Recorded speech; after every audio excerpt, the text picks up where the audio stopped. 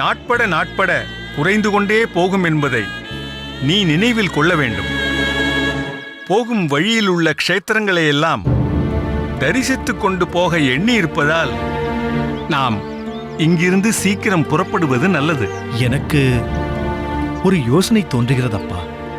தாங்களும் தங்கள் பேரனும் சீடர்களுடன் ஊருக்கு புறப்பட்டு செல்லுங்கள். நான் இன்னும் சிறிது காலம் இந்த விருந்தாவனத்தில் இருந்துவிட்டு ஊர் வந்து சேர்கிறேன். ஏன் தங்கள் பேரன் தங்களை பத்திரமாக அழைத்துச் செல்வானா என்று யோசிக்கிறீர்களா? ஆம் தாத்தா, தங்களுக்கு அச்சம் வேண்டாம். சர்வ ஜாக்கிரதையாக ஊருக்கு கொண்டு சேர்ப்பது என் பொறுப்பு. நான் அதை பற்றி கவலை கொள்ளவில்லை. நாம் அங்கிருந்து புறப்பட்டு வந்தபோது தொண்டை மண்டலத்தில் இருந்த போர் சூழ்நிலை இன்று மாறியிருக்குமா என்றுதான் யோசிக்கிறேன். அது பற்றி நமக்கு ஒரு தகவலும் இல்லை. அப்படி ஒரு தகவல் கிடைத்துத்தான் தாங்கள் புறப்பட வேண்டுமென்றால் கால வரையறையின்றி காத்திருக்க நேரலாம். நீ சொல்வதும் நியாயமாகத்தான் படுகிறது. அப்படி காத்திருக்க முடியாதுதான். பகவான் மீது பாரத்தை போட்டுவிட்டு நாளையே நாங்கள் புறப்படுகிறோம். நீ என்ன சொல்கிறாய் ஈஸ்வரமுனி? தாங்கள் எது சொன்னாலும் செய்ய சித்தமாக இருக்கிறேன்.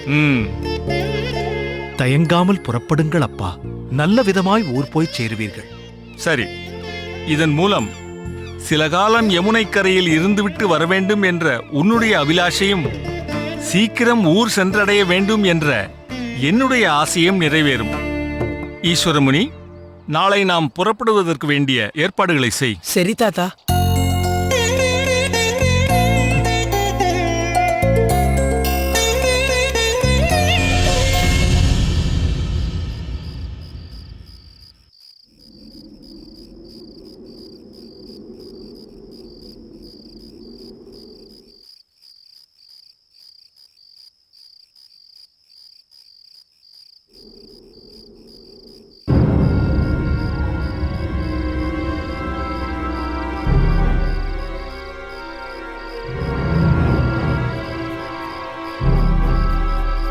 நாதமுனி,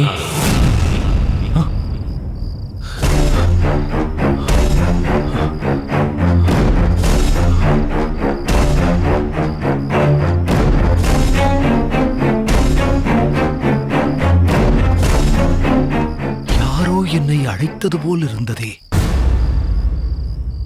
ஏதேனும் பிரம்மையாக இருக்குமோ?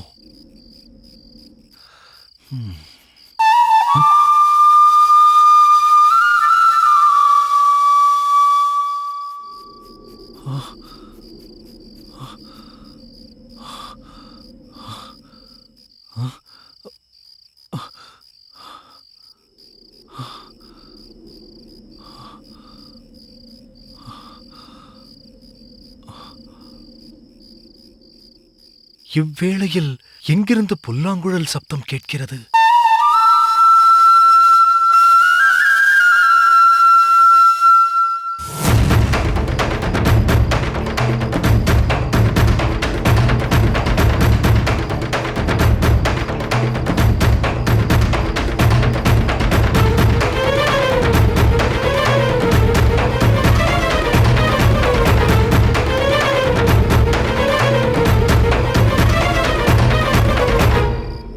இந்நேரத்தில் எங்கிருந்து இந்த ஓசை வருகிறது?